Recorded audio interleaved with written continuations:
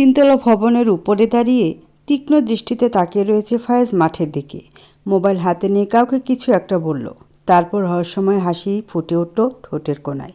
বিড়বিড়িয়ে বলল, এই ফায়েজের ঘরোয়ালি হতে হলে আপনাকে অনেক মূল্য দিতে হবে। ক্যান্টিনে বসে আফসোসের সুরে কফির শেষ চুমুক দিল নাবিলা। যখন থেকে জানছে নতুন ইয়াং প্রফেসর তার প্রাণপ্রিয় বান্ধবীর উষ্টা খাওয়া ক্রাশ বিলেত ফেরত চাচাতো ভাই, তখন থেকে আফসোসের আর কমতি রইল না। আর একবার আফসোস নিয়ে বলল নাবিলা, ভেবেছিলাম ইয়াং প্রফেসর দেখতে হ্যান্ডসাম, একটু লাইন মেরে পাশ করবে, কিন্তু এখন তো দেখি অলরেডি সে অন্য কারো। যদিও বা ওনার তিতা করলার মতো কথা শুনে আমার সব ইচ্ছে আগেই মরে গেছে, তবুও তোর জন্য আফসোস হয় রে ঋতু। কেমনে করবি সংসারে তিতা করলার সাথে? রোহান বুঝতে পারছে না তার বোন এমন ড্রামাবাজ হলো কি করে। এর সাথে কেমনে মাতৃগর্ভে 9 মাস থাকলো এটা ভেবে অদৃশ্য কপাল চাপড়ালো। ঋষি বিরক্ত হয়ে বলল, সে তখন থেকে বলছি ঋতুর কি বিয়ে হয়েছে স্যারের সাথে, নাকি স্যার আর ঋতু প্রেম করে? সব সময় এক লাইন উপরে থাকিস তুই। হ্যাঁ, এখন তো আমাকে বলবি, দেখিস একদিন ঋতুর স্যারকে বিয়ে করে স্যারের 10 বাচ্চা পেটে নিয়ে ঘুরবে। মিলিয়ে নিস, গরিবের কথা বাসি হলেও মিষ্টি হয়। 10 বাচ্চার কথা শুনে বাকি 4 জনের চোখ কপালে। কি সাংঘাতিক অভিশাপ রে, 10 বাচ্চা, তাও ফায়েজ ভাইয়ের থুকু স্যারের। বড় করে একটা ঢোক গিলে বলল ঋতু, এত বড় অভিশাপ দিস না বোন। 10 বাচ্চা হলে আমি বাঁচবো? লাইক সিরিয়াসলি 10 বাচ্চা হবে? তুই কি আজকাল গণনা টননা করিস নাকি? বলল ফারিহা। রোহান নাবিলার মাথায় গাঁটটা মেরে বলল, এই পাগলের কথা শুনিস না, মাথা গেছে পুরো। স্যার তখন বলল না হাঁ করে না দেখতে, তাই আবল তাবল বকছে। সাথে ঋতুর ক্রাশ প্লাস কাজিন শুনে আরও গেছে। যখন বুঝছি সে পাগল হয়েছে, ডাক্তার দেখা, না হয় পাগলা গালোদের রেখে আয়। ঋষির কথা রোহান দীর্ঘ নিঃশ্বাস ফেলে কাঁধে মাথা রেখে বলল, পারলে তো তাই করতাম রে। কি এক মায়া, একসাথে দুনিয়ায় এন্ট্রি নিয়েছি তো, তাই আর কি সহ্য করি। রোহানের কথা রেশ ধরে ঋষিও বলল, তোর জন্য আফসোস হয় রে বন্ধু, কেমনে দুনিয়ায় আসার আগেও এ পাগলকে সহ্য করতি। দুই বন্ধু একে অপরকে ধরে বসে নিজের কষ্টের কথা বলছে। তাদেরকে এভাবে জড়িয়ে থাকতে দেখে নাবিলা নাক মুখ কুচকে বলল, ছি, তোরা কি গে নাকি? নাবিলের কথা শুনে রোহান আর ঋষি একে অপরকে ছেড়ে সোজা হয়ে বসল। ফারিহার চোখ বের হয়ে আসে উপক্রম। এদিকে বেচারি ঋতু একটু যা পানি মুখে দিল, সব নাক আর মাথায় উঠে কাশি শুরু হয়ে গেছে। ঋষি নিজেকে সামলিয়ে বলল, কী সব বলছিস? গে হতে যাব কেন? গে না হলে এভাবে জড়িয়ে ধরেছিলি কেন? যে কেউ দেখলো তো ভাবতো তোরা প্রেম করিস। রোহান এবার বিরক্ত হলো, রেগে গিয়ে বলল, সবাই তোর মতো অসভ্য না। তুই দিন দিন কিসব ভাষা ব্যবহার করছিস, আমার ভাবতে লজ্জা করে। তুই আমার বোন, লজ্জা করলে ভাবিস না কেউ তো আর জানতে আসবে না আমি তোর বোন কি না। অলরেডি সবাই জানে, এইটাই তো আমার দুর্ভাগ্য। নাবিলা শোন, এসব বলিস না। পরে কোনো মেয়ে পড়বে না আমি বউ হারা হব, বাপ হতে পারবো না। ঋষির ফেস দেখে ফারিয়ার হাসি আসলেও হাসা যাবে না। ঋতু খুব কষ্টে নিজের কাশি থামে অসহায় দৃষ্টিতে সকলের দিকে তাকালো। ঋতুর এমন লোক দেখে নাবিলা হাসতে হাসতে বলল, কি রে জামাই মরার মতো চেহারা করে আছিস কেন? চুপচাপ নাবিলার দিকে তাকিয়ে রইল কিছুক্ষণ, তারপর উঠে বাইরে চলে এলো। ঋতুর পেছনে সকলে বের হয়ে আসলো। নাবিলা কিছু বুঝতে না পেরে ঠোঁট উল্টালো। সত্যি নীল, ওই মেয়ে তোকে এইভাবে হুমকি দিল? বলে হেসে দিল আরিফ।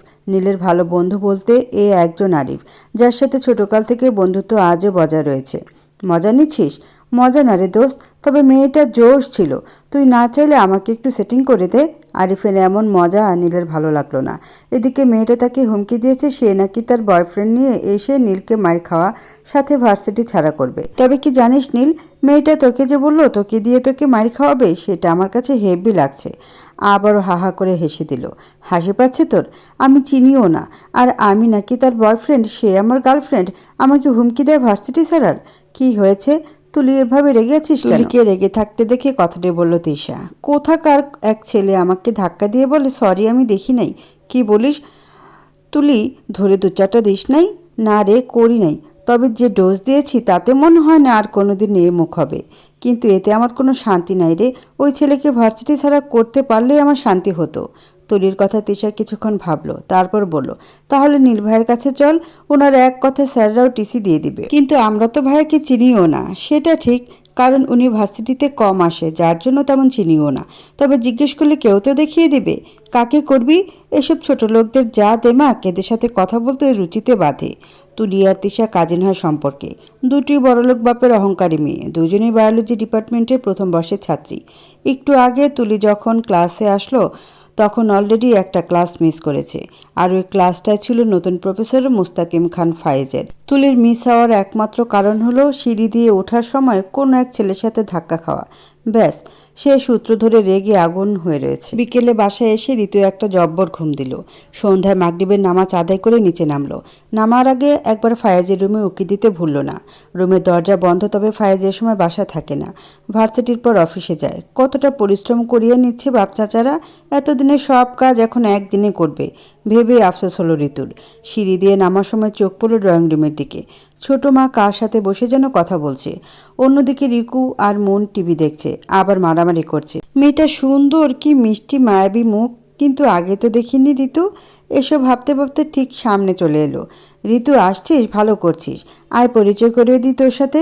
ছোট মার কথা সালাম দিয়ে পাশে বসলো ঋতু। মেয়েটি সালামের জবাব দিল। এই হচ্ছে জেরিন, তোর নতুন টিউটর। আর জেরিন, এ তোমার স্টুডেন্ট ঋতু। ঋতু, বেশ সুন্দর নাম তো তোমার, মাশাআল্লাহ। ঋতুর পছন্দ হয়েছে বেশ নতুন টিউটরকে। সিমরান খান আবারও বলে উঠল, যা মা, স্টাডি রুমে যা ম্যামকে নিয়ে।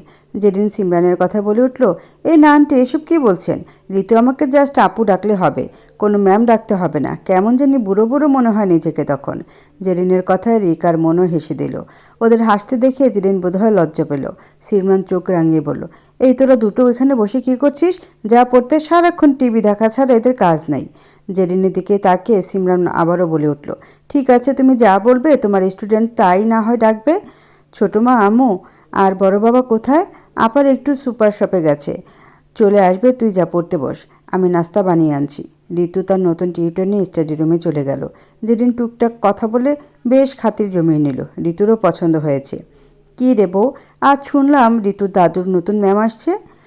জি আম্মা, এসেছে। জানেন আম্মা, মেয়েটা কী যে ভারী মিষ্টি, আমার তো ভালো লাগছে। ইস, যদি মেয়েটাকে ঘরের বউ করে আনা যেত, মন খারাপ করে বলল সিমরান।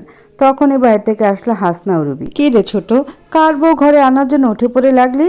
বলতে বলতে সোফায় বসলো হাসনা। সিমরান দৌড়ে গিয়ে 2 গ্লাস ঠান্ডা পানি এনে তাদের হাতে দিল। তোমাদের শপিং শেষ আপা? ওই আর কি, করলাম একটু একটু। তা বললি না তো, কার বউ আনার কথা বলছিস?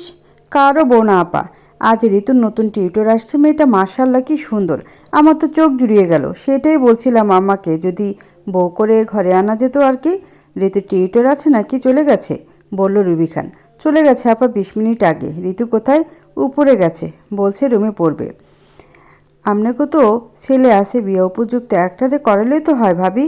কাজ শেষ করে বাসা যাওয়ার জন্য বের হতে সিমরানের কথা শুনে দাঁড়িয়ে যায় হাজরা খাতুন। দীর্ঘ 7 বছর এ বাড়িতে কাজ করে আসছেন তিনি।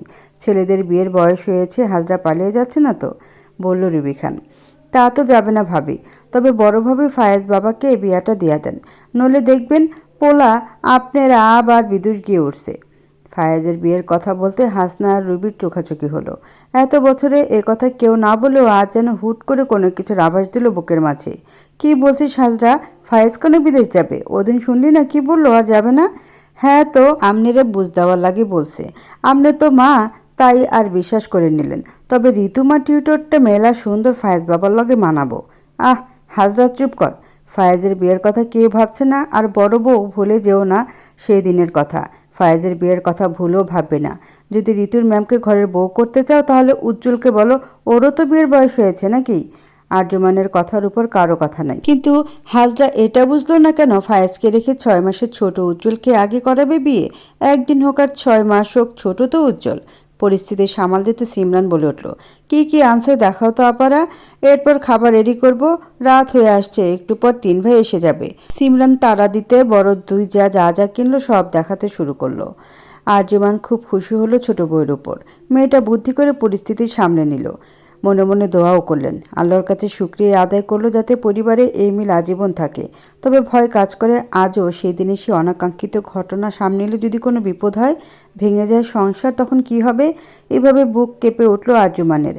আবার মনে মনে বলে উঠল, আগুন আর ঘি একসাথে থাকলে ভয়াবহ তো কিছু হবে। ঋতু বিছানায় শুয়ে মোবাইল স্ক্রল করতে করতে হঠাৎ একটা আইডিতে চোখ আটকে গেল। ইংরেজিতে লেখা, মুস্তাকিম খান ফায়েজ। ভালো করে ডিপিতে দেওয়া পিকটা দেখলো ঋতু। এটা তার ফায়েজ ভাই, আইডিটা পাবলিক করা।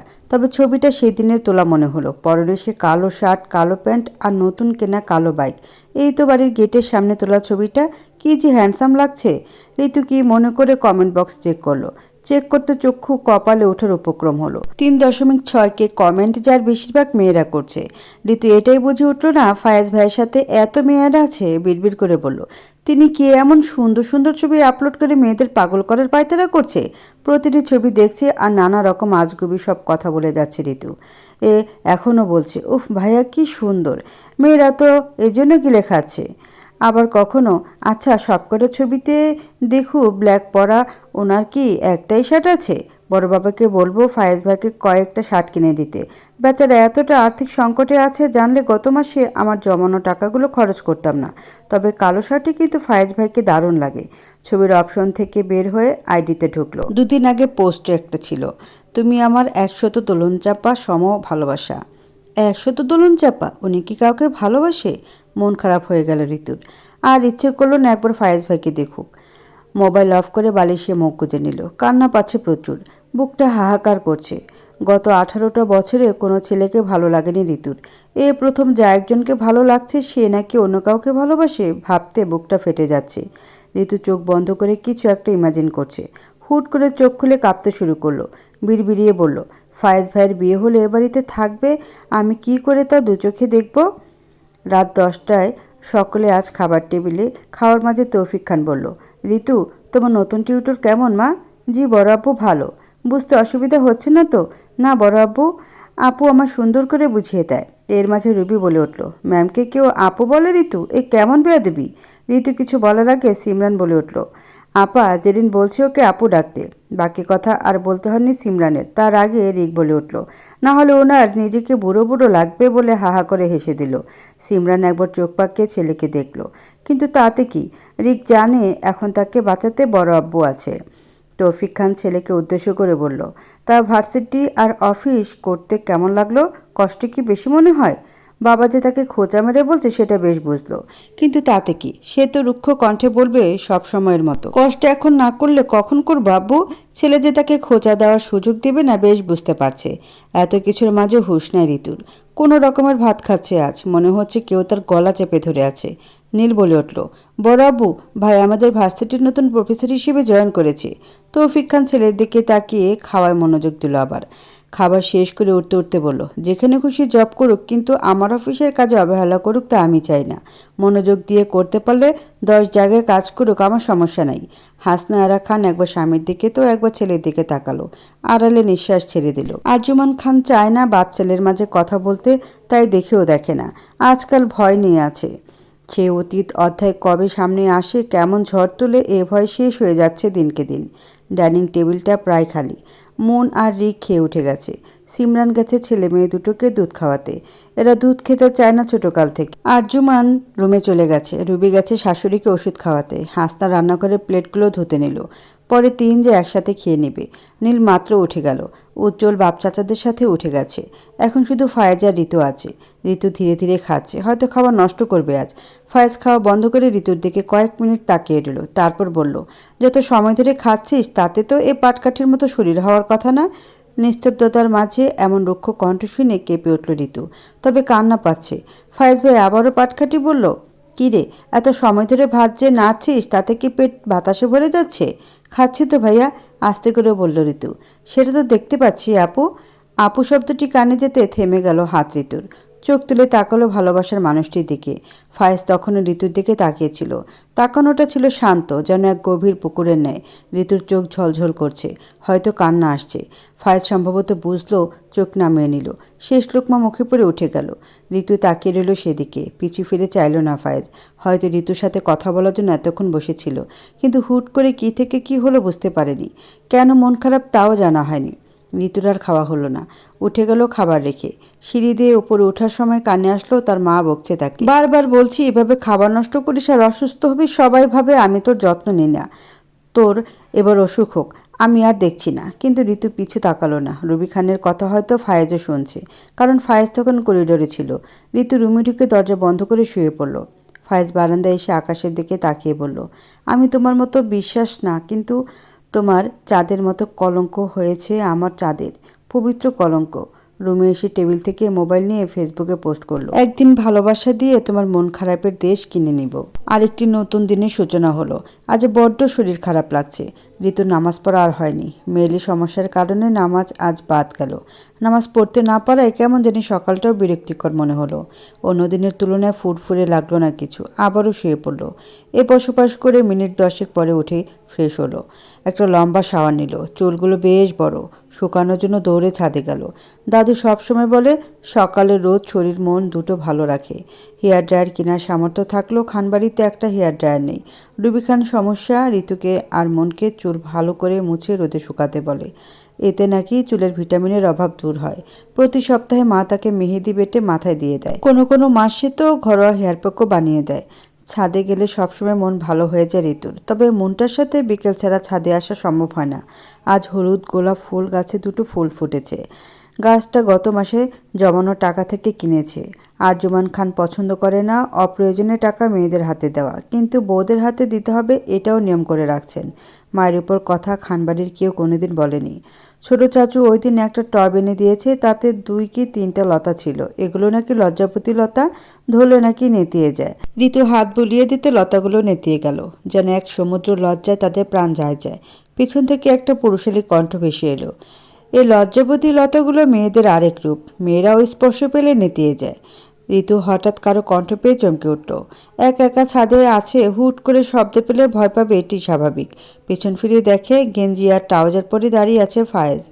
তবে আজ আর কালো পরেনি, সাদা হলুদ মিশ্রণের পরা। ঋতু মনে মনে খুশি হলো, প্রকাশ করল না। ফায়েজ ভাই, আপনি এখানে? পকেটে হাত রেখে সামনে এগিয়ে এসে ছাদের কার্নিশ ঘেঁষে দাঁড়ালো ফায়েজ। কী করব বল ঋতু, বাসাটাও তো আমার, তাই সবখানে চলে যায়।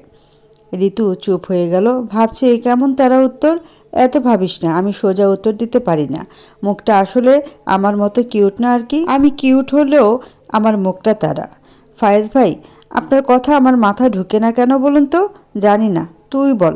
তোর মাথা খবর আমি কি করে বলবো? সেটাও তো ঠিক, আমার মাথার খবর জানলে তো হয়ে গেছে। তখন উজ্জ্বল দৌড়ে আসলো ছাদে। উজ্জ্বলকে এভাবে হাঁপাতে দেখে ফায়েজ আর ঋতু তাকালো ছোট ছোট চোখ করে। কিরে, এভাবে চোরের মতো দৌড়াচ্ছিস কেন? পাবলিকরা কি তোর পেছনে আসতেছে? ফায়েজের কথায় ঋতু আরও চোখ ছোট করে তাকালো, একবার উজ্জ্বলের দিকে আর একবার ফায়েজের দিকে।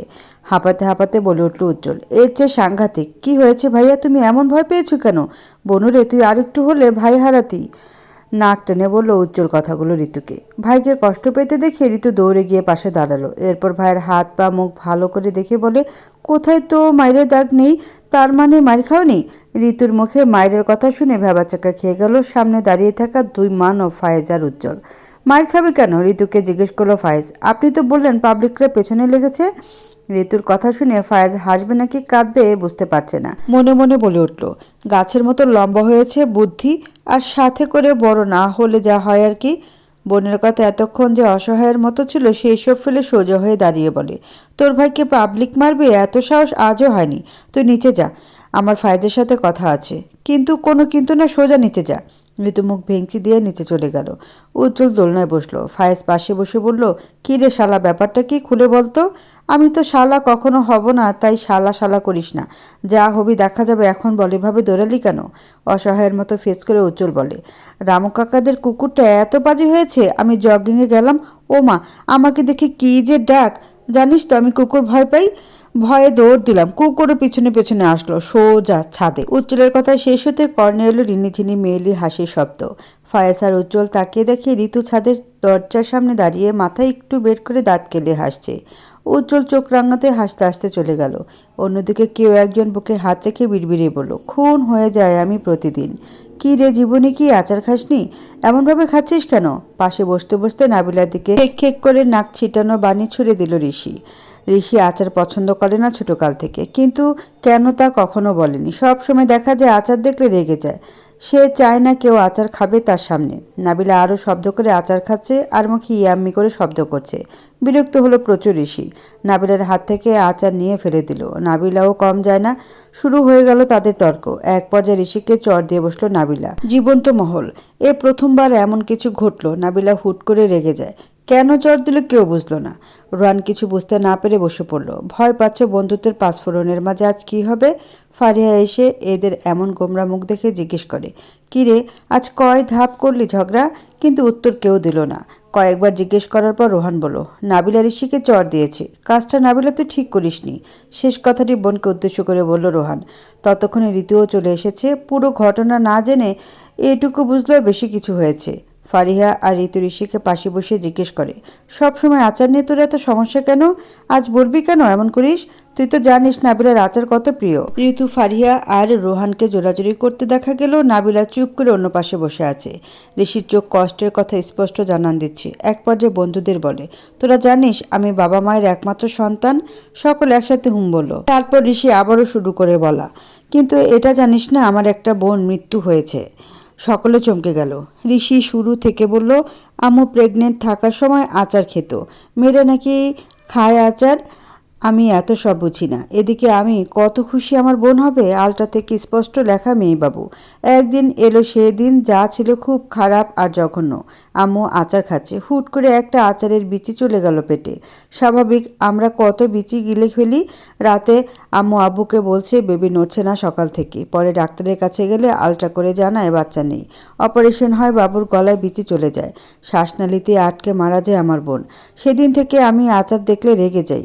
তোরা আমার কাছে অনেক দামি রে, তোদের হারিয়ে বাঁচব না রে, বলে কেঁদে দিল ঋষি। ঋষির যে আচারের প্রতি ফোবিয়া আছে সেটা বুঝতে বাকি রইল না কারো। নাবিলার গিল্টি ফিল হচ্ছে। ঋষির সামনে গিয়ে বলে, সরি রে, এতটা ভাবিস আমাদের নিয়ে বুঝিনি। তবে হ্যাঁ, ওটা অ্যাক্সিডেন্ট ছিল দোস্ত, এসব ভুলে যা। সকলে ঋষিকে অ্যাক্সিডেন্ট ভেবে ভুলতে বলল। নীল আর আরিফ বসে আছে। আজ ফাইনাল করবে নবীনবরণ অনুষ্ঠানের সকল প্ল্যান। কাল অনুষ্ঠান, আর নতুন করে কিছু নেওয়া হবে না। সাজটাজ যা আছে সব আজ হবে। তখন অডিটোরিয়ামে উপস্থিত হলো তুলি আর তিশা। মূলত তারা ভার্সিটির ভিপি নীলকে কালকের ঘটনাটা বলার জন্য এসেছে। চারদিকে তাকিয়ে তুলির চোখ যায় সাদা শার্ট পরা ছেলেটার দিকে। তিশা বলে, এই ছেলেটা এখানে কি করে? তিশা যেহেতু নীলকে চিনত না তাই বলে, জানি না। কিন্তু কেন রে, তুই চিনিস? এটা কালকে সে স্টুপের ছেলেটা। কি বলিস তুলি? ছেলেটা তো দারুণ হ্যান্ডসাম রে। সে যাই হোক, আমার রুচি এত খারাপ না ফকিনীকে পছন্দ করব, তুই চাইলে কর। তুলির কথায় তিশা ইয়াক থু করে বলে, এ পোলা যত স্মার্ট হোক আমার বাসায় কাজের লোকও রাখবো। আমার নজর তো ফায়েজ স্যারতে আটকে গেল। দুজন একসাথে হেসে দিল। কারো হাসির শব্দ পেয়ে আরিফ আর নীল পেছনে তাকাতে কালকের মেয়েটাকে দেখে নীলের মেজাজ গরম হয়ে গেল। কিন্তু চোখ মুখ স্বাভাবিক রেখে আবারও কাজে মন দিল। আরিফ খোঁচা দিয়ে বলে উঠল, এই নীলে মেয়েটা কালকেরটা না? আজ মনে হয় ভার্সিটির ভিপিকে ডেকে আনছে তোকে তাড়াবে বলে। আরিফের কথা নীল চোখ গরম করে তাকালো, তারপর হেসে বলে, পরিচয় হওয়াটা দরকার দেখি। তুলি আর তিশা সামনে এসে দাঁড়ালো। আরিফ নরম সুরে বলে, জি মিস, কিছু বলবেন? আমি আরিফ আর ওর বায়োডাটা জানতে আমরা কেউ ইচ্ছুক নই। আর না আপনারটাও জানতে। এখানে ভিপি নীল ভাইয়া থাকার কথা, আপনারা কি করছেন? তিশার কথায় আরিফ চুপ হয়ে গেল। নীল কাজ করতে করতে বলে, চোখ কি আনতে ভুলে গেছেন? তুলি চিল্লিয়ে উঠল, যা সেট আপ, তোদের সাথে কথা বলতে আসিনি। নীল ভাইয়া কোথায় আছে বল, তারপর দেখাচ্ছি সব। কেন চিনেন না আপনারা? আরিফের খোঁচা দেওয়া কথায় তুলি আবারও তেজ দেখিয়ে বলে, আমার বয়ফ্রেন্ড হয়ে চিনব না কেন? এখানে আছে শুনে আসলাম, কিন্তু এখন তো নাই। নীল দাঁড়িয়ে তুলির চোখে চোখ রেখে বলে, বয়ফ্রেন্ড যখন কল দিলে তো পারেন, আরেকজনের কাছে আসা দরকার কি? বলে নীল সামনের দিকে চলে যায়। নীলকে যেতে দেখে আরিফও উঠে দাঁড়ায় আর বলে, নীল ভাই মনে হয় আসেনি, কাল আসবে, তখন দেখা করিয়েন মিস। নীল আর আরিফ চলে গেল। তিশার দিকে তাকিয়ে তুলি বলে, দেখছিস কত বেয়াদব এরা। গরিব হলে কি হবে, তেজ অনেক। ওই যে কথায় আছে না, পেটে ভাত নাই ফুটানি মারে ঘাটে। কালো বাইক চালিয়ে ভার্সিটির গেট পার করলো ফায়েজ। পরনে সাদা শার্ট, কালো প্যান্ট, পুরোই ফর্মাল লুকে। সকলে যেন চোখ দিয়ে গিলে খাচ্ছে। কেউ কেউ তার এন্ট্রি ভিডিও করছে। ঋতু ক্যান্টিনে বসে এসব দেখে মন খারাপ করলো। ফারিহা বলে, কি রে, এভাবে মন খারাপ করিস কেন? ফায়েজ ভাইয়েরও বিয়ে হবে। কি বলে সবগুলো একসাথে চিল্লায় উঠল, আরে আস্তে, আগে শোন পুরোটা। ভবিষ্যতে তো বিয়ে হবে, কিন্তু আমি এখন এদের এভাবে গিলে খাওয়া সহ্য করতে পারছি না, তখন কিভাবে করব? নাবিল আফসোসে বলে, সত্যি রে, তোর জন্য কষ্ট হচ্ছে আমার। কেন যে ভালোবাসতে গেলি? ভাগ্যিস আমার কোনো কাজিন এমন হ্যান্ডসাম না, তাহলে তো আমি না পেয়ে সমুদ্র বানিয়ে দিতাম। এতে অবশ্যই লাভই হতো। ঋষির কথার আগামাথা বুঝতে না পেরে সকলে তার দিকে তাকালো। এভাবে তাকাতে হবে না, আমি বলতেছি কষ্ট করে আমাদের কক্সবাজার গিয়ে সমুদ্র দেখতে হবে না, এই ঢাকা শহরেও সমুদ্র দেখার সুযোগ হবে। রাতে খাওয়ার পর জীবন্ত মহল এরা বসলো আলোচনা করতে কাল কি পরে যাবে। যদিও বা সিনিয়ররা বলছে শাড়ি আর পাঞ্জাবি পরতে, তবুও নিজেদের তো একটা চয়েস আছে, ওনারা তো বাধ্যতামূলক করে দেননি। নাবিলা আলসেমি সুরে বলে, আমি শাড়ি পরে সামলাতে পারবো না রে, 3 পিস বা টপ জিন্স ঠিক আছে। ঋষি ব্যঙ্গ করে বলে, হ্যাঁ তুই শাড়ি পরলে পেতনি লাগবে, তার চেয়ে বোরকা পরে আসিস। রোহান ফিক করে হেসে বলে, নিকাব পরলে ডাকাত ডাকাত লাগবে। বলে ঋষি রোহান হেসে দিল একযোগে। নাবিলা সেসবে পাত্তা না দিয়ে বলে, এই 7 বিড়ালের বউ আর কালো মন্টুর বউ, তোরা কি পরবি রে? রোহান বুঝতে না পেরে বলে, কালা মন্টুর বউকে? ফারিহা? ফারিয়া সেসবে পাত্তা দেয়নি। নাবিলার স্বভাব এমন, তাই কথা না বাড়িয়ে বলে, আমি শাড়ি পরতে জানি না, তাই 3 পিস বেটার আমার জন্য। ঋষি তাচ্ছিল্য করে বলে, তোরা দুটো মেয়ে নামে কলঙ্ক, শাড়ি পরতে পারিস না, ঢং যত সব। আমরা মেয়ে, আমরা ঢং করবো না, তুই লাউ কত ঢং করবি? একসাথে বলে উঠল নাবিলা আর ফারিহা। কী রে, আজ তোদের 3 নম্বর ছাগলের বাচ্চা দেখি চুপ। কিরে ঋতু, সাদা বিড়ালের সাথে দেখা হয়নি? বলে মুখ টিপে হাসল রোহান। ঋতু অসহায় সুরে বলে, আসলে ইয়ার এগুলো মেয়ে তো। নাবিলা চিৎকার দিয়ে বলে, তোকে দিয়ে চেক করাতে চাই না আমি বেয়াদব ধান্দাবাজ। নাবিলার কথা রোহানের চোখ কপালে শতক, আপন ভাই তো, তাও 2 মিনিটের বড়। ঋষির কাশি উঠে গেল, এ মেয়ের মুখ দিন দিন যাচ্ছে তাই হয়ে গেছে। ফারিহা চোখ রাঙিয়ে বলে, তুই বেয়াদবের হাড্ডি, ইডিয়েট, কখন কি বলতে হয় আজও জানিস না? নাবিলা সেসব কথা মাছি তাড়ানোর মতো করে তাড়িয়ে দিল। ঋতু বলে, আমি শাড়ি পরবো, তোরাও পরবি, এটাই ফাইনাল ডিসিশন। আর যদি না পড়িস তাহলে ঠিক আছে, তোরা আমার কেউ না। ঋষিও ঋতুর সাথে তাল মিলিয়ে বলে, ঠিক ঠিক ঠিক, এরা যদি বন্ধু হয় পরে আসবে। নাবিলের সবে বলতে গেল, ব্ল্যাকমেল কল কেটে দিল ঋষি। সাথে সাথে সকলে কলের বাইরে উষ্টা খেয়ে পড়ল। ঋতু শাড়ি পরতে জানে, শাড়ি প্রায় পরেছেও, কিন্তু বরণের অনুষ্ঠানে যাবে এদিক সেদিক হলে সর্বনাশ, তাই সকালে গিয়ে ছোটো মাকে বলে রাখছে তিনি যেন শাড়ি পরিয়ে দেয়। সবার আগে আজ নাস্তা করে নেয় ঋতু, যার দরুন আজ আর ফায়েজের সাথে ঋতুর দেখা হয়নি। ঋতু তো আছে শাড়ি পরা নিয়ে ব্যস্ত। সিমরান শাড়ি পরানোর সময় বলে, ঋতু তোকে তো শাড়িতে দারুণ লাগে মা, শোন কাজল টিকা দিই তোকে, কারো নজর যেন না লাগে। কী যে বলো না ছোটো মা, তুমি যে সুন্দর তার কাছে আমি কিছুই না। আমি সুন্দর হলেও এখন আর আমার দাম নাই ঋতু, বিয়ে করেছি, বাচ্চা কাচ্চা আছে, এখন কে বা আমায় দেখবে? ঋতু সিমরানকে জড়িয়ে ধরে টুপ করে চুমু খেয়ে বলে, কেন চাচু তো তোমায় দেখে হারায় আজও ছোটো মা, আমি ওদিন দেখেছি চাচু তোমায় কেমনে ভালোবাসি ডাকে। এই পাজি মেয়ে, চাচা চাচির প্রেম দেখা হয়, তা শুনি কয়টা প্রেম করছিস আজকাল? কী যে বলো না, আজও একটা প্রেম করতে পারিনি, তুমি বলো কয়টা করি? বলে ঋতু ড্রেসিং টেবিলের সামনে দাঁড়িয়ে লিপস্টিক দিচ্ছে। তা প্রপোজ কয়টা পেলি? আমায় তো বলিস না আজকাল আর। একটু অভিমান করে বিছানায় বসলো সিমরান। ঋতু পাশে বসে কাঁধে মাথা রেখে বলে, প্রপোজ এগুলো কোনো বিষয় না ছোটো মা, আসল বিষয় হলো আমি কাকে পছন্দ করি। কাউকে করিস নাকি? আমার দেরি হচ্ছে, এখন আসি ছোটো মা। কথা ঘুরিয়ে পালিয়ে যাচ্ছিস ঋতু? তোমায় আগে বলবো ছোটো মা, কেউ আসলে জীবনে। বলে তাড়াতাড়ি করে বের হয়ে গেল ঋতু। সিমরান সব ঠিক করে রেখে আস্তে আস্তে বলে, পাগল মেয়ে। ভার্সিটির সামনে একটা ছোট কফি শপ আছে, যা পুরোটা খোলা। 3টা চেয়ারে বসে আছে রোহান, ঋষি আর নাবিলা। একসাথে ভার্সিটিতে যাবে বলে তাদের এখানে বসে থাকা। ঋতু আর ফারিহা এখনও আসেনি। ঋতু কল দিয়ে ফারিহাকে অপেক্ষা করতে বলছে, একসাথে আসবে। ফারিহা না চাইলেও রাজি হলো। 20 মিনিট বাদে তারা আসলো। আজ ঋতু কালো রঙের শাড়ি পরেছে, যদিও বা কালো তার পছন্দের তালিকায় কোনো কালে ছিল না। সকালে পড়ার সময় কি মনে করে নিল যেন। ফারিহা গোলাপি আর সাদার মিশ্রণে একটা শাড়ি পরেছে, শ্যামলতা বললেও ভুল হয় না। নাবিলা জাম রঙের একটা সুন্দর শাড়ি পরেছে, বেশ সুন্দর লাগছে নাবিলাকে। সত্যি বলতে সুন্দরীর কাতারে নাবিলা আজ না চাইতেও পরেছে। ঋষি আর রোহান সাদা ও নীল রঙের পাঞ্জাবি পরা, চুল ও জেল দিয়ে সেট করা, বেশ হ্যান্ডসাম লাগছে। কিন্তু নাবিলার ভাষায় তাদেরকে কাওয়ার মতো লাগে। এ নিয়ে কয়েকবার ঝগড়াও হয়েছে। ঋতু বসতে বসতে বলে, বাহ তোদের দুটোকেও হ্যান্ডসাম লাগে রে।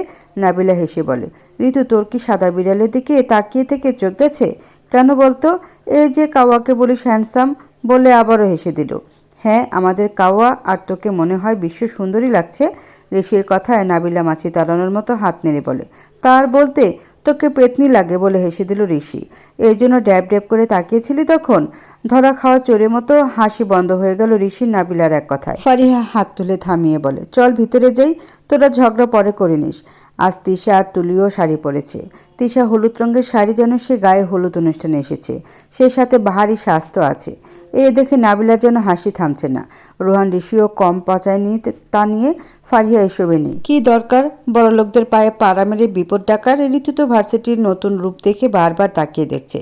তুলি আকাশি রঙের শাড়ি পরে এসেছে। তার চোখ নীলভাইকে খুঁজে বেড়াচ্ছে। সকলে অডিটোরিয়ামের দিকে গেল।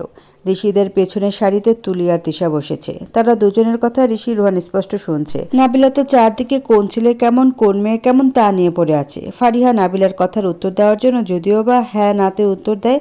ঋতু তার কাঙ্ক্ষিত মানুষটিকে দেখে যাচ্ছে তখন থেকেই, যদিও বা পেছন থেকে দেখা যাচ্ছে। আজ কালো পাঞ্জাবি পরে আসছে, ম্যাচিং হয়েছে দেখে খুশি হয়েও হলো না, কারণ তার ফায়েজ ভাইয়ের জাতীয় রং কালো। তিশা তুলিকে খুঁচিয়ে বলে, দেখ তুলি, আজ ফায়েজ স্যারকে হেব্বি লাগছে, একদম ব্ল্যাকবেরির মতো, ইচ্ছে করছে টুস করে খেয়ে ফেলি। তিশার কথায় রোহান ঋষি একজন আরেকজনের দিকে তাকিয়ে মুচকে এসে দিল। তারপর আস্তে আস্তে বলে, ঋতু জানলে জুতা খুলে মারবে। ঋষির কথা রোহান বলে, তার চেয়ে বড় কথা ঋতুর ভাবি হবে এ তিশা, যে কিনা ঋতুকে গরিব ভেবে যা বিহেভ করে। আরে ভাববে না, ঋতু তো চৌরাস্তার মাথায় গাড়ি থেকে নেমে হেঁটে আসে, তা অবশ্যই ঠিক। ঋতু সবসময় ভার্সিটির কাছে এলে নেমে যায়, একটু হেঁটে যাবে বলে, যদিও বা এটা স্কুল লাইফ থেকে এমন ছিল। তিশার কথায় তুলি হেসে আফসোসের সুরে বলে, তুই তো তোর হিরোকে দেখলি, আমি আজও আমার হিরো নীল ভাইকে চোখে দেখা দেখলাম না। রোহান আর ঋষি দ্বিতীয় দফায় অবাক হলো। তারপর একজন আরেকজনকে বলে, নীল ভাই আর তুলি ভাই, রোহান, এরা দুটো দেখি নীল ভাই আর ফায়েজ স্যারের জীবন শেষ করে দিবে। তুলিকে সান্ত্বনা দিয়ে তিশা বলে, চিন্তা করিস না, আজ দেখবি। সিনিয়ররা এসে নবীনদের হাতে রজনীগন্ধা ফুল দিল। ঋতু ফারিহাকে বিড়বিড় করে বলে, দোলন চাপা হলে মন্দ হতো না। তো ভাইয়াকে বলিস নাই কেন? ভাইয়া মানে নীল ভাইয়া? ফারিহা মাথা নেড়ে হ্যাঁ বোঝালো। আরে জানতাম না তো ভাইয়া দায়িত্বে আছে, তাহলে বলতাম। তখন এক সিনিয়র আপু ইশারা করে চুপ করে বসতে বলে। ঋতু আর ফারিহাকে ডাক দিতে দেখে তিশা আর তুলি হেসে দেয়। তারা খুশি হয় এদেরকে ইশারা করাতে। একটু পর অ্যানাউন্সমেন্ট করে আরিফ। প্রথমে কোরআন তেলাওয়াত করে ভার্সিটির এক সিনিয়র প্রফেসর। তারপর বক্তব্য রাখে প্রিন্সিপাল, এরপর ভাইস প্রিন্সিপাল, তারপর কলেজের দুজন মেয়ে বক্তব্য দেয়। তখন আবার আরিফ অ্যানাউন্সমেন্ট করে বলে, এখন আপনাদের সকলের সামনে একটা গান পরিবেশন করবে আমাদের ভার্সিটির গর্ব সায়েদ খান নীল। নীলের নাম শুনে তুলি সোজা হয়ে বসে, কাঙ্ক্ষিত মানুষটিকে দেখার জন্য। ভর্তির সময় শুনেছিল নীল ভাইয়া নাকি অনেক হ্যান্ডসাম, সুন্দর দেখতে, যে দেখে সে ক্র্যাশ। ব্যাস, তখন থেকে নীল ভাইয়ে তুলির বলে জব করে সারাক্ষণ। সকলে নীলের নাম শুনে হাততালি দিয়ে উঠল, কেউ কেউ তো শীর্ষ বাজালো, প্রায় সকলে হৈ হৈ করে উঠল।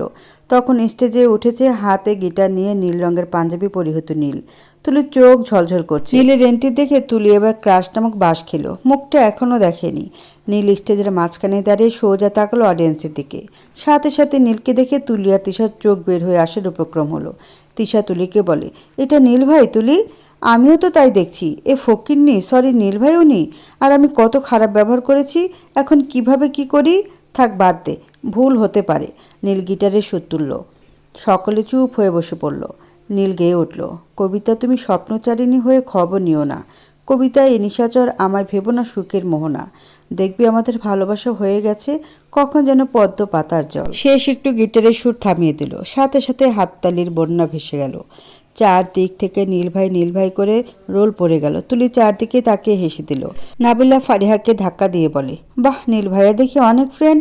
ঋষি তার জবাবে বলে, হবে না, ভার্সিটির ভিপি, তার উপর হ্যান্ডসাম ডেসিন হলে তো যা হয় আর কি। ঋতু বলে, জানতাম না ভাইয়া এত ফেমাস, আজ জানলাম। আমরা না শুনলেও ভাইয়ার গান শোনার লোকের অভাব নেই। আজ বাসায় গিয়ে আব্বুকে বলবো ভাইয়াকে গায়ক বানানোর জন্য। ক্যান্টিনে বসে সমুচাতে কামড় বসালো ঋষি। নাবিলা নাক কুচকে বলে, এ তুই সমুচা খাওয়ার জন্য সবসময় এত পাগল কেন? তো কি খাবো, বিরিয়ানি? খেতে পারিস, কিন্তু সুন্দর নবীনদের জন্য বিরিয়ানির ব্যবস্থা করলো, আর তুই সে প্যাকেট দূরে রেখে সমুচা খাচ্ছিস। নাবিলার সাথে তাল মিলিয়ে ঋতুও বলে, সত্যি ঋষি, তুই একমাত্র যে বিরিয়ানি পছন্দ করিস না। কেন রে? আমার কেমন জানি আকাশে মানে? ঋষির কথা বুঝে না পেরে রোহান জিজ্ঞেস করে। সব একসাথে মিশে দেয়। কার না কার একটু খাবার হয় সেটাও বোঝার উপায় নেই। ঋষির কথা সকলে একবার খাবারের দিকে, তারপর ঋষির দিকে তাকিয়ে বলে, তুই আসলে গর্ধব একটা। না হলে এমন স্বাদের খাবার নিয়ে উল্টাপাল্টা ভাবিস? তো খা না তোরা এমন স্বাদের খাবার। আমার তো ওই মাছ সবজি মজা লাগে, মাংস আমার তেমন পছন্দ না। ঋষির কথায় ঋতু, ফারিহা, নাবিলা আর রোহান কিছু বলার আগে পেছন থেকে তিশা বলে ওঠে, খেতে না পারলে আঙ্গুল ফলও টক লাগে, বলে হেসে দিল তিশা। সাথে তুলিও তাল মিলিয়ে বলে, তা যা বলছিস, গরিবের পেটে ঘি হজম হয় না। হাসতে হাসতে পাশের টেবিলে বসে তাদের বিরিয়ানির প্যাকেট খুলে বলে, এই তিশা দেখ কি সুঘ্রাণ, আমি তো এমন প্যাকেট 2-3টা খেতে পারবো, তবে খাবো না, মোটা হয়ে ফিগার নষ্ট করার কোনো দরকার নেই। জীবন্ত মহলের সকলের গায়ে লাগলো কথাটা। কিছু বলার জন্য ঋতু মুখ খুললেও ফারিহা তাকে থামিয়ে দেয়। তারা তাদের মজা আড্ডা মেতে ওঠে। অথচ তিশা আর তুলির অজানায় রয়ে গেল, যাদের অপমান করছে তারাও বড়লোক পরিবার থেকে বিলং করে, তাদেরও টাকার অভাব নেই। ফারিহা হয়তো এতটা বড় লোক না, কিন্তু ঢাকা শহরে তার বাবা যে সরকারি চাকরিটা করে তা স্বর্ণের চেয়ে দামি। ওনার একটা সিগনেচারের জন্য কত বড় বড় কাজ আটকে থাকে। দূরে স্যারদের সাথে কথা বলছে ফায়েজ, সেখানে নীলও উপস্থিত ছিল, কিন্তু ফায়েজের চোখ ক্যান্টিনের 4 নং টেবিলে আটকে রয়েছে, হয়তো ভালোবাসার চোখে নয়তো দায়িত্বের চোখে। জানিস নীল, তুই যখন এন্ট্রি নিলি না, তখন মিস অহংকারী তোকে দেখে আকাশ থেকে পড়ছে। আরিফের কথা বুঝতে না পেরে নীল তাকে জিজ্ঞেস করলো, কে এসে? আরে ওই মেয়েটা যে তোকে ভিপির ভয় দেখায়। দেখুক, এসব ফালতু মেয়েদের পাত্তা দেয় না এই সায়েদ খান নীল। তা কেন দিবি? তুমি তো কোনো এক মায়াবী প্রেমে ডুবে আছো, অথচ আজও সাহস করে বলতে পারোনি। সময় হোক বলবো। আরেকটা কথা, নিখিল নাকি তোর মায়াবীর খোঁজখবর নিচ্ছে আজকাল। জানি কিছু করবি না, বলবি না, পরে বলবো।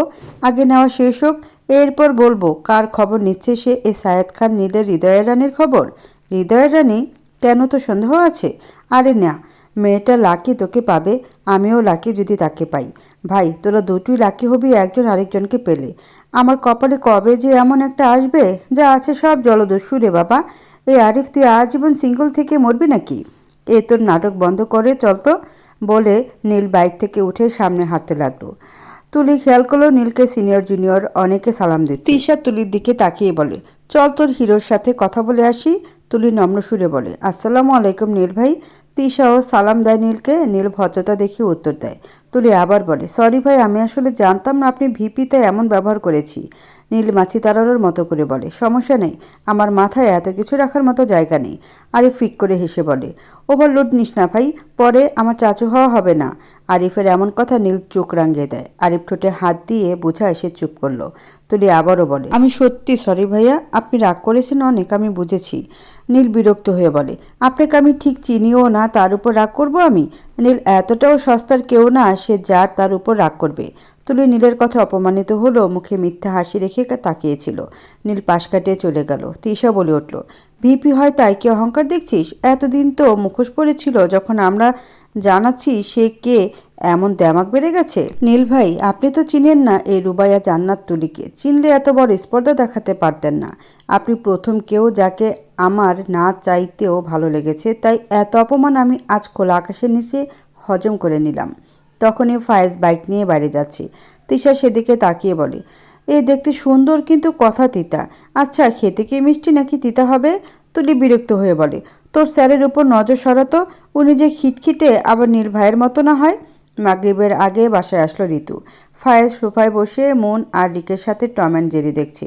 এ দু ভাই বোন এখনও কার্টুন দেখে। ঋতুর হাতে সকালে সে রজনীগন্ধার সাথে আছে দোলনচাপা ফুল। ফয়েজ এক পলক তাকে গম্ভীর কণ্ঠে বলে, অনুষ্ঠান 2টায় শেষ, আর বাসায় আসলি 5টায়, বাকি 3 ঘন্টা কোথায় ছিলি? ঋতু ফায়েজের শাসন দেখে খুশি হতে গিয়েও হলো না। ফায়েজের শেষ কথা মন খারাপ হয়ে গেল। ফায়েজ আবারও বলে, ভার্সিটি থেকে রজনীগন্ধা দিয়েছে, এ দোলনচাপা কে দিল? এসব খানবাড়িতে চলবে না। অন্য কারো থেকে ফুল নিয়ে তা এ বাড়িতে আনবি না, আর যেন না দেখি, বলে সোজা সিঁড়ি দিয়ে নিজের রুমে চলে যায় ফায়েজ।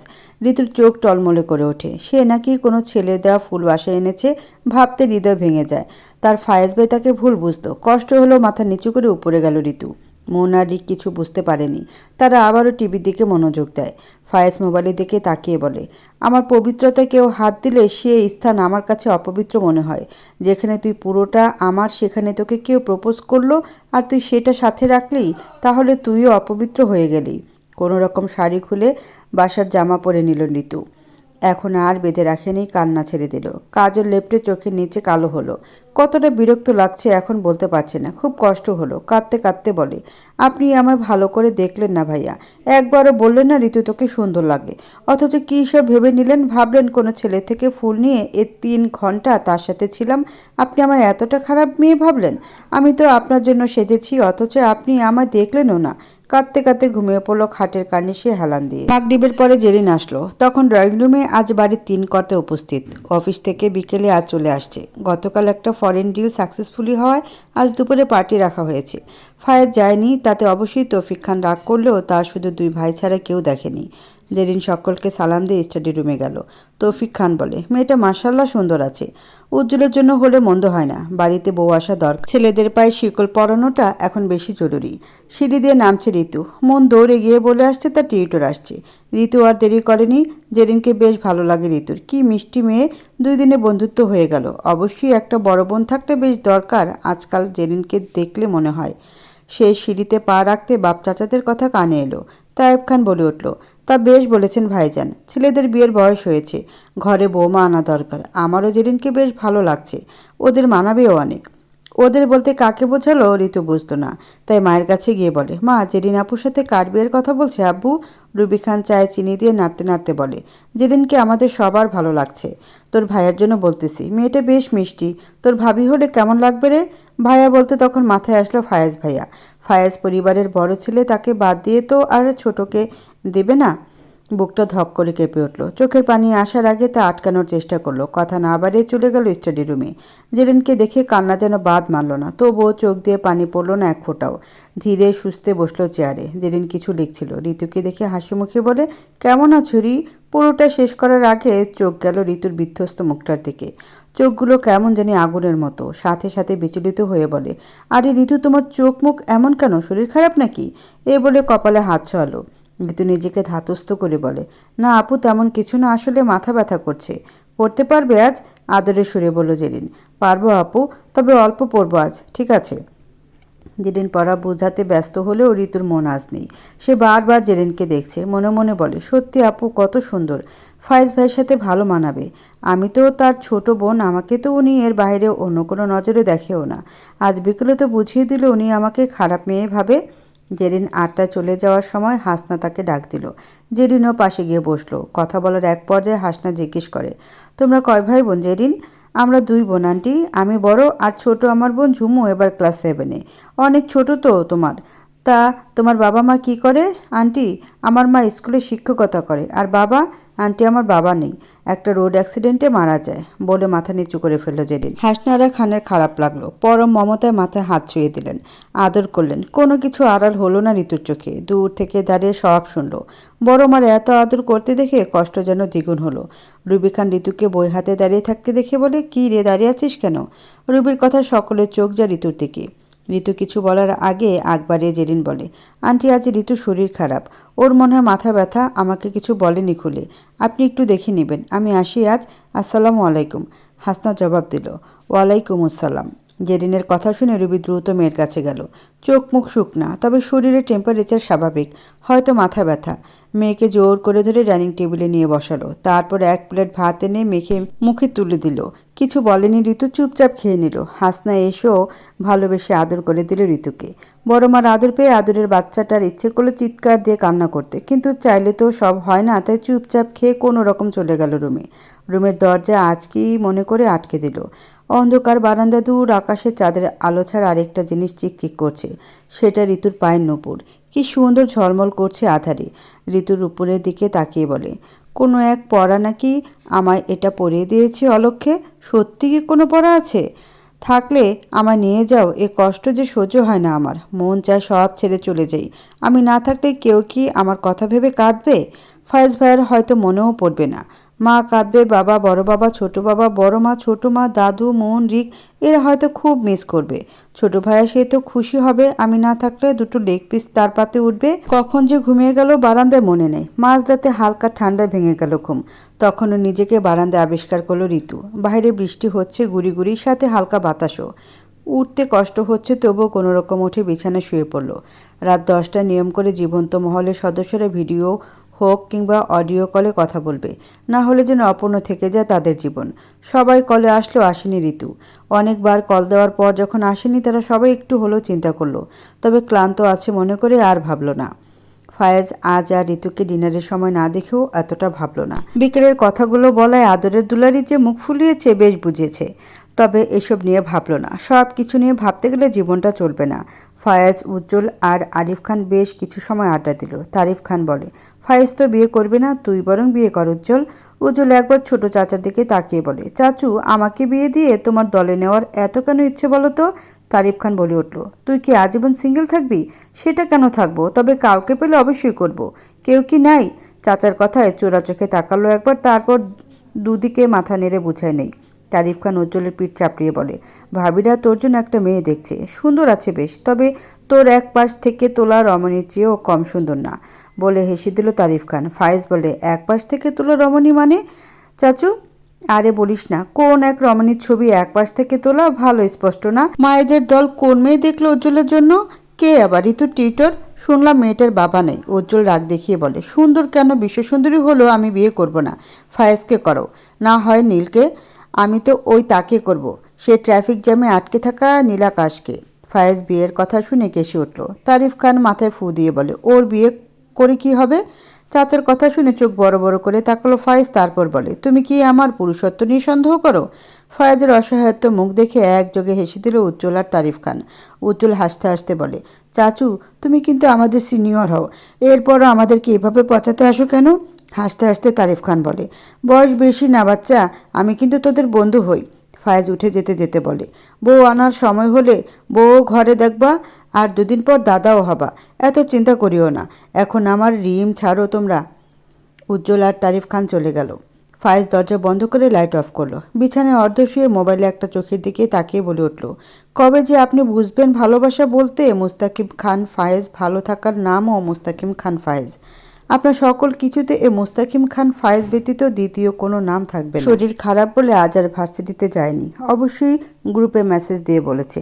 মাথা ব্যথা বলে কেউ আর কল দেয়নি। রুবি খান এসে মেয়েকে খাওয়াই দিয়েছে, ওষুধও দিল, সাথে তেল দিয়ে ভালো করে চুল আঁচড়িয়ে দিল।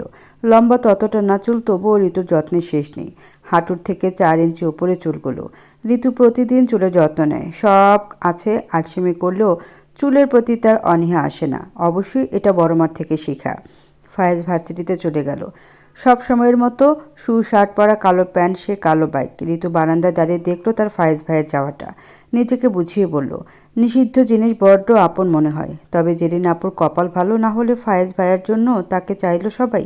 অবাধ্য বিন্দু কণাগুলো কথা শুনল না, তারা অঝরে ঝরতে লাগলো। ঋতু আঙ্গুল দিয়ে মুছল না, আকাশের দিকে তাকে দীর্ঘ নিঃশ্বাস ছেড়ে বলল, আপনি এত বছর ছিলেন না, আমি বেশ ভালো ছিলাম। কেন এলেন ঘূর্ণিঝড় হয়ে? আমার এটুকু শান্তি কেড়ে নিলেন কেন? আপনি আমার না চাওয়া অনুভূতির একরাশ অভিমান হয়ে গেলেন ফায়েজ ভাই। আমি তো আপনার মাঝে নিজেকে সঁপে দিতে চেয়েছি, অথচ দেখুন না, আপনি অন্য কারো ভাগ্যে লেখা আছেন। ক্লাসরুমে বসে নাবিলা চ উচ্চারণ করে উঠল, আর সহ্য হয় না। এরা যা শুরু করলো, ভার্সিটিতে সুন্দর ছেলে আসলে মেয়েগুলো খুব রেখায়, আর মেয়ে আসলে ছেলেগুলো কারো চোখ হেফাজতে নাই আজকাল। নাবিলের কথা শুনে সবেমাত্র ঋষি পানি খেতে গিয়ে কাশি উঠে নাজেহাল অবস্থা। ঋষির মুখের পানি পড়ল তুলির হাতে। তুলি রেগে গিয়ে ঋষির শার্টের কলার টেনে ধরে বলল, এ ফকিনি, তোরা কি ক্লাস করতে আসিস নাকি নোংরা করতে? ঋষি ভদ্রতা দেখিয়ে বলে, তুলি কলার ছেড়ে কথা বলো। আর আমি দেখি নাই, কাশি আসায় ভুল হয়ে গেছে, সরি। রাগ তোর সরি, সরি মাই ফুট। তোদের মতো ছেলেদের কাজ মেয়েদের সাথে এমন কিছু করা যে অ্যাক্সিডেন্ট মনে হবে, এরপর সরি বলে ভাব করবি, প্রেম করবি, আমি জানি না বুঝি? তুলি চিৎকার দিয়ে বলায় সকলে সেদিকে তাকিয়ে দিল। ফারিহা আর রোহান তখন তুলিকে বোঝানোর চেষ্টা করছে, কিন্তু কিছু হলো না। তুলির চিৎকার যেন বেড়ে গেল। ঋষি আবারও বলল, সবাই দেখছে, প্লিজ ছাড়ো। আর তোমার সাথে প্রেম করার ইচ্ছে আমার নাই, আমি ওই রকম ছেলে না। তুলির বাড়াবাড়ি সহ্য করতে না পেরে নাবিলা উঠে দিল এক চড়। নাবিলা এমন কাজ করবে কেউ ভাবতে পারেনি। সকলে হাঁ হয়ে তাকিয়ে রয়েছে। তিশা তখন এসে তুলিকে সামলিয়ে বলে, তোরা কাজটা ভালো করিস নাই। জানিস কার গায়ে হাত তুলেছিস? নাবিলা মাছি তাড়ানোর মতো করে বলে, আমাদের শখ না এত কিছু জানা, তবে শুনে রাখ, তোরা যদি বেয়াদবি করিস তাহলে আমরা বেয়াদবের শিক্ষা দিয়ে দিতে পারি। তুলি আঙ্গুল তুলে বলল, আমি তোদের দেখে নিব ওই ভার্সিটিতে কিভাবে থাকিস। রোহান তখন বলে উঠল, ভার্সিটিতে যোগ্যতায় ভর্তি হয়েছি, কারো ক্ষমতা না, আর কি করতে পারবে আমরা জানি। তুলি তখন আবার বলল, আমার বিএফকে তো চিনিস না, সে ইউনিভার্সিটির ভিপি সায়েদ খান নীল। একবার যদি শুনে তাহলে কি করবে তোদের ধারণাও নেই। তুলিকে টেনে তিশা বের হয়ে গেল ক্লাস থেকে। অবশ্যই এখন অন্য স্যারের ক্লাস, ফায়েজ স্যারের ক্লাস, তারপর তাই তিশা সমস্যা কমাতে বের হয়ে যায় তুলিকে নিয়ে। তুলি তিশা চলে যেতে সকলে হাততালি দিয়ে ওঠে। কয়েকজন তো এসে বলে ওরা বেশি বাড়াবাড়ি করে, টাকার অহংকার দেখিয়ে আমাদের সব সময় এমন করে। আমরা মধ্যবিত্ত মেধা দিয়ে ভার্সিটিতে ভর্তি হয়েছি, পড়াশোনা আমাদের সম্বল, তাই অন্যায় দেখেও চুপ থাকি। রোহান ঋষির কাছে এসে বলে, ভাই ভুলে যা, আর এসব নিয়ে ভাবিস না। ঋষি রোহানের দিকে শান্ত নজরে তাকালো, তারপর চোখ দিয়ে বোঝালো সে ভুলে যাবে। এসবের মাঝে একজন বলে উঠল, আচ্ছা তুলি যে বলল ও নীল ভাইয়ের জিএফ, সত্যি কি নীল ভাইয়াকে বলে তোমাদের ক্ষতি করবে? ফারিয়া তখন বলে উঠল, আরে না, নীল ভাইয়া এরকম মেয়েদের ভালোবাসবে? এসব নিয়ে ভাবিও না, আমাদের কিছু করতে পারবে না। নাবিলা ঋষির পাশে বসে বলল, সরি রে, আসলে আমি কথাটা না বললে তোর কাশিও উঠতো না, আর পানি গিয়ে ওই শাকচুন্নির গায়ে পড়তো না। ঋষি তাকিয়ে বলল, তুই চর মেরে দিলি?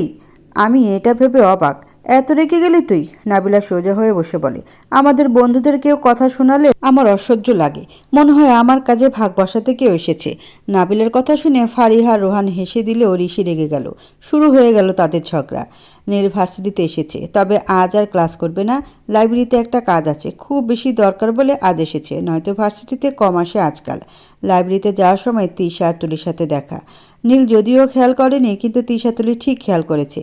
তুলি আর সামনে যেতে চায়নি, তার মুখে চরের দাগ স্পষ্ট। কিন্তু তিশার মতে সামনে গেলে ভাইয়া জিজ্ঞেস করলে বলবে ওদের নামে বিচার দিয়ে কিছু একটা করতে হবে, না হলে ওরা ভাববে সত্যি নীল ভাইয়ের সাথে পরিচয় নেই। অনেক কিছু বলে তুলিকে রাজি করিয়ে নিয়ে গেল। তুলি সালাম দিল, নীল উত্তর দিল। তুলি আবার পথ আটকে জিজ্ঞেস করে, ভাইয়া কোথায় যাচ্ছেন?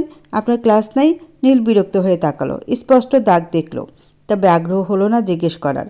হয়তো কাউকে দাপট দেখাতে গিয়ে মার খেয়েছে। বিরক্ত নিয়ে বলল, সিনিয়রদের সাথে কিভাবে কথা বলতে হয় আগে শিখে আসো, তারপর জিজ্ঞেস করিও। নীল আর দাঁড়ালো না, সামনে চলে গেল। তুলির রাগ যেন দ্বিগুণ হলো। তিশা সান্ত্বনা দিতে আছে, তবুও কাজ হলো না। হঠাৎ তিশা বলে উঠল, নীল ভাইয়া তো তোকে পাত্তা দিচ্ছে না, আচ্ছা ওনার কি কোনো গার্লফ্রেন্ড আছে নাকি?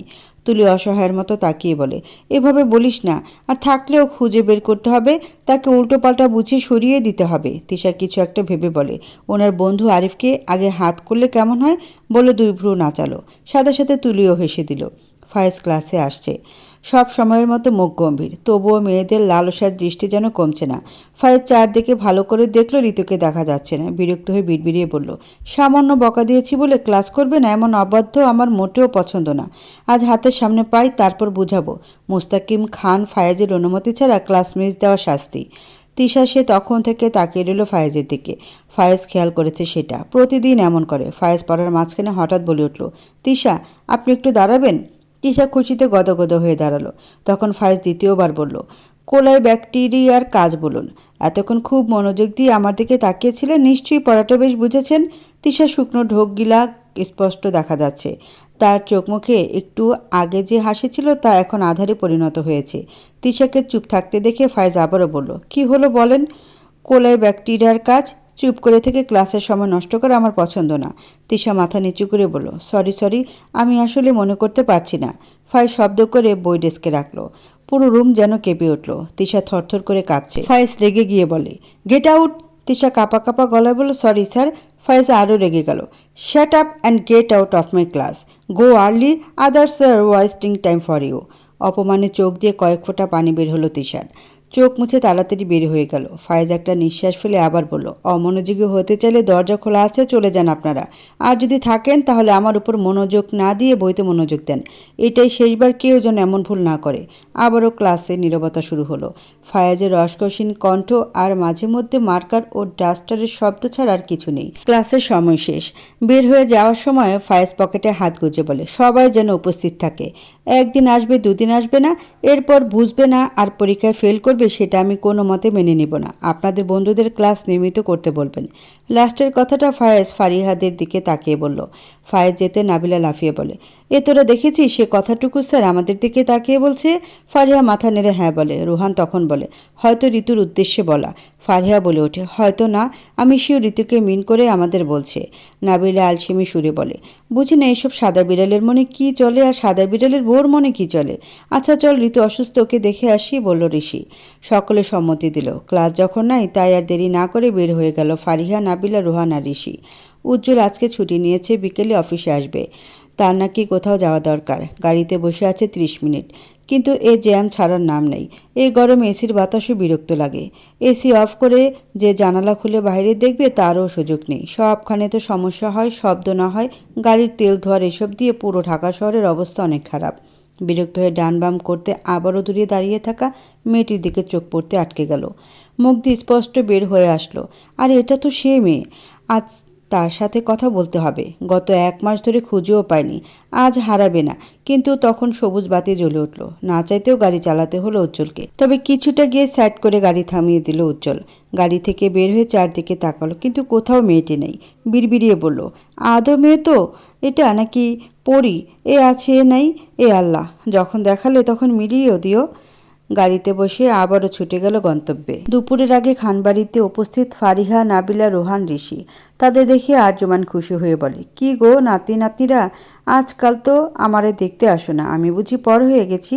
ফারিহা হেসে বলে, কি যে বলো না দাদু, সময় পাই না তাই আসা হলো না আর কি। আর্যমান আবারও বলে উঠল, তা আজ কিভাবে সময় পেলে দাদুরা? ওই আর কি, ঋতু আজ ভার্সিটিতে যায়নি তাই দেখতে এলাম, সহজ উত্তর দিল ঋষি। আর্যমান মিছে অভিমান করে বলল, সেটাই, ঋতু যায়নি বলে দেখতে আসলে, আমাকে তো দেখতে আসলে না। রোহান আর্যমানের পাশে গিয়ে বসে বলল, তুমি আমার বুড়ো বউ, তোমাকে আমি ছাড়া অন্য কে দেখবে শুনি? আর্যমান রোহানের কান টেনে বলে, আমাকে বুড়ো বলিস? আমি এখনও তোদের চেয়ে অনেক স্ট্রং। জি দাদু, তুমি জোয়ান, আমরা বুড়ো, বলে উঠল রোহান। সকলে একসাথে হেসে দিল। রুবি খান ওদের ঋতুর ঘরে যেতে বলল। ওরাও আর্যমান থেকে বিদায় নিয়ে উপরে ঘরে গেল। ঋতু তখন বারান্দায় বসেছিল। নিচে বসে থাকায় বাইরের আকাশ ব্যতীত কিছু দেখেনি, তাই বন্ধুদের আসতে দেখেনি। ঋতু কেমন বিধ্বস্ত দেখে নাবিলা গা ঘেঁষে বসে বলে, কী রে সাদা বিড়ালের বউ, এমন মরার মতো বসে আছিস কেন? একবার বন্ধুদের দিকে তাকিয়ে আবারও আকাশ দেখে মনোযোগ দিল। রোহান আরাম করে বসলো বারান্দায় রাখা বেতের সোফার উপর। তার পাশে ঋষিও বসলো। ফারিহা একটা টুলের উপর বসলো। ঋষি সিরিয়াস ভঙ্গিতে বলল, তোকে কি বিয়ে টিয়ে দিয়ে দিবে নাকি আন্টি আঙ্কেল? নাকি ফায়াজ স্যার রিজেক্ট করলো? অবশ্যই উনি যা মনে হয় না মেয়েদের প্রতি ওনার কোনো ইন্টারেস্ট আছে। সকলে ঋষির কথা অবাক হলো। এ ছেলের মাথা সবসময় এমন উল্টোপাল্টা চিন্তা করে। ঋতু শুনেও শুনল না। নাবিলা তখন আরও গা ঘেঁষে বসলো। ঋতুর তারপর বলল, জানিস আজ স্যার তিশাকে ক্লাস থেকে বের করে দিয়েছে, এভাবে ড্যাব ড্যাব করে তাকিয়ে থাকার জন্য। আবার আমাদের দিকে তাকিয়ে বলে যে সবাই যেন তাদের বন্ধুবান্ধবের নিয়মিত ক্লাস করতে বলে। ঋতু নাবিলার দিকে তাকালো, তার চোখে মুখে হাসি। কিন্তু ঋতুর কেন জানি এসব দিবা স্বপ্ন ছাড়া অন্য কিছু মনে হলো না। ঋতু অসহায়ের মতো বলল, আমি ওনার বোন হই, তাই ফেল যাতে না করি এজন্য হয়তো বললো, এর বেশি কিছু না। আর নাবিলে বিরক্ত হয়ে বলল, এতদিন জানতাম ভাইয়া থেকে সাইয়া হয়, আজ দেখলাম সাইয়া থেকে ভাইয়া হতে। ফারিহা নাবিলাকে চুপ করতে বলে ঋতুকে ভালো করে পর্যবেক্ষণ করে বলল, কি হয়েছে বলতো, কেন এমন মনমরা হয়ে আছিস? সকলে ঋতুর মুখের দিকে তাকিয়ে ঋতু জেরিনের সাথে ফায়েজের বিয়ের কাহিনীটা বলল। সব শুনে রোহান তৎক্ষণাৎ বলে উঠল, আরে স্যার তো আর জানে না, আর উনি রাজি না হলে বিয়ে হবে না। রোহানের কথায় ঋতু যেন শেষ একটু সূর্যের আলো দেখল। মুহূর্তে মুখটা শান্ত হয়ে এলো। ঋতু তখন বলে উঠল, আমি তো ভেবে দেখিনি ফায়েজ ভাই রাজি না হলে তো বিয়েও হবে না। যদি হয় রাজি, রাজি হলে কাজী ডাকবে, নতুন বউ ঘরে আসবে, আর তুমি ননদিনী হয়ে যাবি, বলে ঋষি হাসতে লাগলো। ঋষির এমন হাসি দেখে নাবিলার মেজাজ গরম হয়ে গেছে। শুরু হয়ে গেল তাদের ঝগড়া। ঝগড়া লাগার কারণ নাবিলা ঋষিকে চুপ করতে বলছে। রোহান ওদের থামিয়ে বলে, আজ তো সকাল থেকে কম করিসনি, জানি না তুলি কী করে। ঋতু বুঝতে পারল না, জিজ্ঞেস করলো, কি হয়েছে রে? ফারিয়া একে একে সব বলল। সব শুনে ঋতু নাবিলাকে বলে, ভালো করেছিস ওই বেয়াদবকে মেরে। আবার বলে, ভার্সিটির ভিপির গার্লফ্রেন্ড, আমার ভাইয়ের বউ হবে, সাহস কম না। যদি সত্যি নীল ভাইয়ের গার্লফ্রেন্ড হয় তুলি? চিন্তিত কণ্ঠে বলল রোহান। আমার ভাইয়ের রুচি খারাপ হলেও এতটা খারাপ না যে নর্দমার কিটের প্রতি আগ্রহ হবে। আর যদি হয় তাহলে বড় বাবাকে বলে ভাইকে জোর করে বিয়ে দিয়ে দিব। কার থেকে? একসাথে চারজন বলে উঠল, ফারিহা থেকে। কি? ফারিহার এমন চিৎকারে যে সকলে তাজ্জব বনে গেল। এ ঋতু, মাথা গেছে, কী সব বলছিস? আমি আর তোর ভাই ছি। এ রাখ তো ঢং। আমার ভাই কি খারাপ নাকি যে ছিছি করছিস? আর শুন, এমনি বললাম, সিরিয়াসলি নিস না। ঋতু শেষ কথায় ফারিহার প্রাণে যেন পানি এলো, বুকে হাত রেখে বলে, আর একটু হলে মরে যেতাম। তিশা তুলি বাসা চলে যায়। সম্পর্কে কাজিন হয় তারা, দুজনে এক বাসায় থাকে। তুলি বাসায় গিয়ে সব জিনিস ভাঙাচোরা করতে লাগলো। তিশা বোঝানোর চেষ্টা করলো, কিন্তু লাভ হয়নি। তুলির মা দিলারা বেগম মেয়ের এসব দেখে অভ্যস্ত। কোনো কিছু মনের মতো না হলে এমন পাগলামি লেগে থাকে। কিন্তু তিনি এসব সহ্য করতে না পারলেও কিছু বলে না, কারণ তিশার মা নিশা সবসময় তুলিকে প্রশ্রয় দেয়। নিশাকে উদ্দেশ্য করে দিলারা বলল, দেখো নিশা, মেয়েটা আদরে কেমন বেয়াদব হচ্ছে। তুমি আর তোমার ভাই ওকে একটু বেশি প্রশ্রয় দিচ্ছ। নিশাও কম না ভাবিকে ঠিক শুনিয়ে দিয়ে বলল, তুলি এমনি এমনি কিছু করে না, অবশ্যই কেউ ভুল করেছে। বাচ্চা মেয়ে এভাবে বলিও না। তুমি ওর মা, ভাবি এমনভাবে বলছো যেন ও তোমার কেউ না। দিলারা জানে নিশা এমন কথা তুলি আরও বেশি উশৃঙ্খল হয়ে যাবে। কিন্তু এ পরিবারে সে শুধু জামশেদ তালুকদারের বউ ছাড়া দ্বিতীয় কোনো পরিচয় যেমন নেই সংসারের, ওই রান্নাঘর ছাড়া অন্য সব কিছুতে তার কোনো অধিকারও নেই। নিশা তার দুই সন্তান নিয়ে এখানে থাকে, তিশা আর তামিম। তিশাও তুলির মতো অহংকারী হলেও নিজের রাগ কন্ট্রোল করে সুযোগ বুঝে মায়ের মতো কোপ মারে। তামিম বিজনেসের কাজে বাইরে আছে, তাদের বাবা বেশিরভাগ সময় দেশের বাইরে থাকে। নিশা এক গ্লাস জুস নিয়ে তুলির কাছে গিয়ে বলে, কি হয়েছে সোনা, তুমি রেগে আছো কেন? তুলি ফুপির দিকে তাকিয়ে বলে, ওই ফকিনীর সাহস কী করে হলো আমার গায়ে হাত তোলে? আমি ওকে মেরে ফেলবো। নিশা আদরের সহিত মাথায় হাত বুলিয়ে বলে, কাম ডাউন সোনা, এত রাগ ভালো না। কি হয়েছে আমায় বলো। তিশা সব তার মাকে বলল। সব শুনে নিশা বলে, তোমরা এখন কি করতে চাও? আমি কি ভাইয়াকে বলে ওই মেয়েটার সবগুলো বন্ধুবান্ধবীকে উচিত শিক্ষা দিব, নাকি অন্য কিছু করবে? তুলি তখন বলল, আমি চাই ফুপি ভার্সিটির ভিপি নীল ভাই ওদের কিছু বলুক, কারণ আমি বড় মুখ করে বলে আসছি আমি ওনার গার্লফ্রেন্ড। নিশা জুসটুকু তুলির হাতে দিয়ে বলে, তাহলে নীল কে বলো? তিশা নিজের হাতের গ্লাসটা ট্রেতে রেখে বলল, মাম্মা, সমস্যা সেখানে নীল ভাই আমাদের সাথে কথাও বলে না, উনি আমাদের ইগনোর করে। কি এত সাহস ওই নীলের? জামশেদ তালুকদারের মেয়ে আর ভাগ্নিকে ইগনোর করে? ওর ব্যবস্থা ভাইয়াকে বলে আগে করব। না ফপি, এসবের দরকার নেই। পুরুষ মানুষ শরীরের পাগল, ততটা ইনোসেন্ট তো আর নীল ভাইয়া না। তাহলে আমার রূপের প্রেমে পড়বে একদিন। ফায়েজ অফিসে বসে ফাইল দেখছে। দুপুরে লাঞ্চ সবসময় অফিসে করা হয়। মাত্র কেবিনে বসে একটা ফাইল চেক করছে, তখন উজ্জ্বল এলো। উজ্জ্বল বসে বলল, তোর কষ্ট হয় না এভাবে একটানা কাজ করতে? হয়, মানবদেহ তো এটা। ল্যাপটপের দিকে তাকিয়ে বলল ফায়েজ, তাহলে ভার্সিটির চাকরি ছেড়ে শুধু অফিস কর। ফায়েজ ল্যাপটপ থেকে চোখ তুলে উজ্জ্বলের দিকে তাকিয়ে বলল, ইউনো কেন জবটা করি? তাহলে জিজ্ঞেস করছিস কেন? তোর কষ্ট সহ্য হয় না রে? যদি কিছু করতে পারতাম। কিছু করবি তো? উজ্জ্বলের সাথে সাথে উপনিস মাথা নাড়ালো, তাহলে আমার রুমে আমার বউকে শিফট করে দে। ফায়েজের এমন কথা উজ্জ্বলের কাশি উঠে গেল। ফায়েজ নিচের ঠোঁট কামড়ে হেসে দিল। সামনে রাখা পানির গ্লাস উজ্জ্বলের দিকে এগিয়ে দিয়ে বলে, কোনো কাজের না তুই, তো আর বলিস না কিছু। বউ ছাড়া 30 বছর পার করছি জীবন, জানি না আর কতকাল এভাবে বউহীন এতিম থাকবো। আজ যেন ফায়েজ একটার পর একটা বোম ফাটাচ্ছে। উজ্জ্বল মনে মনে বলে, আমার ভুল এমন তার ছেলের সাথে খুচরা আলাপ করতে আসা। চলে গেল দ্রুত কেবিন থেকে। উজ্জ্বলকে চলে যেতে দেখে হেসে দিল ফায়েজ। তারপর মোবাইলে সে চোখের মালিকের দিকে তাকিয়ে বলল, কবে এই চোখ আমার কাছে নিবদ্ধ হবে? কবে আমার ঘরে আপনার রূপের আগুন ঝলঝল করে উঠবে? আর সহ্য হয় না, এবার বিয়ে করতে হবে। বউ ছাড়া অকালে চুল পাকানোর কোনো মানে নেই।